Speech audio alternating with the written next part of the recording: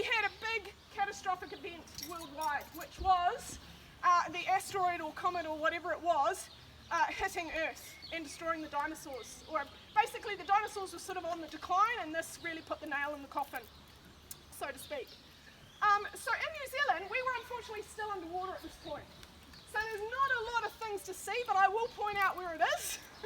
It's not highly exciting, but what we have noticed in New Zealand is a few key things in the rock record is we've seen an influx of soot and sulphur, because what happened was there was massive wildfires around the globe where a lot of the vegetation got burnt off, and this is actually how the dinosaurs died. Most of them died because of starvation.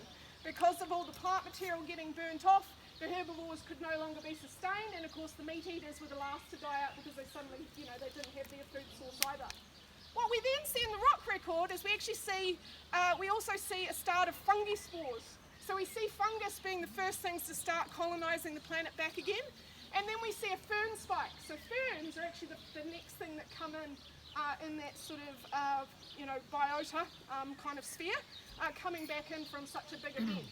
And ultimately then we see the starts of the podocarps, and we can see all of that in the pollen record in the rocks. So it gives us again a real cool window into what those environments were like. Ultimately New Zealand started rising back out of the sea. About 25 million years ago is when the alpine fault started doing its thing. So that was the current plate boundary connected our landmass together and started pushing it out of the ocean. And in this area, we see about 25 million years ago, 30 million years ago, we see beautiful limestones forming. So we had a beautiful, lovely, shallow ocean with lots and lots of animal life, and we see a huge amount of limestone formation.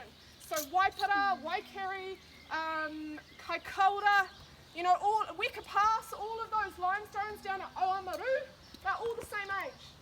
Okay, so there was a beautiful big ocean here, lovely shallow ocean, nice and warm, lots of animal life, lots of shellfish that forms the limestones. So limestones are primarily made out of things like shellfish and shells and corals and bryozoans and all sorts of animal life.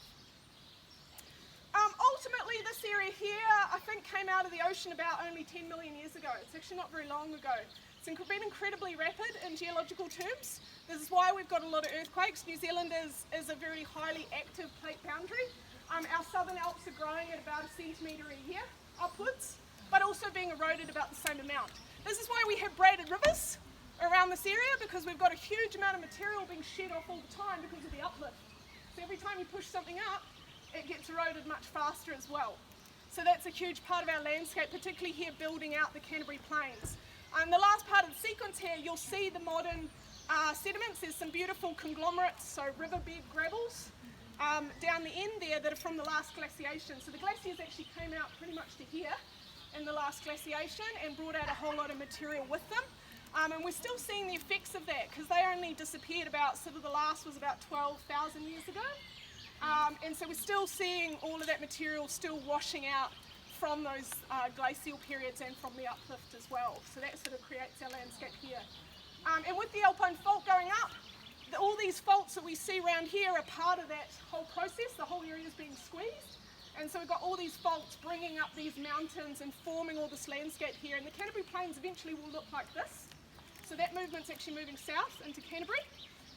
And so the Canterbury Plains will look more like North Canterbury over a few million years. Don't worry, not tomorrow. Okay? And then in another few million years will actually look like the Kaikouras. So the Marlborough Fault Zone will actually be what Canterbury turns into eventually. So that movement's actually being further south as we go. Yeah. So it's a natural part of our landscape. Yeah, exactly, one day. And actually the northern part of the South Island is actually on a direct collision course with the North Island. The Cook Strait is closing up. But again, very long process. Very slow process, but yeah. Yeah, the centimetre. I mean, every year we move about 4 centimetres towards the Southern Alps.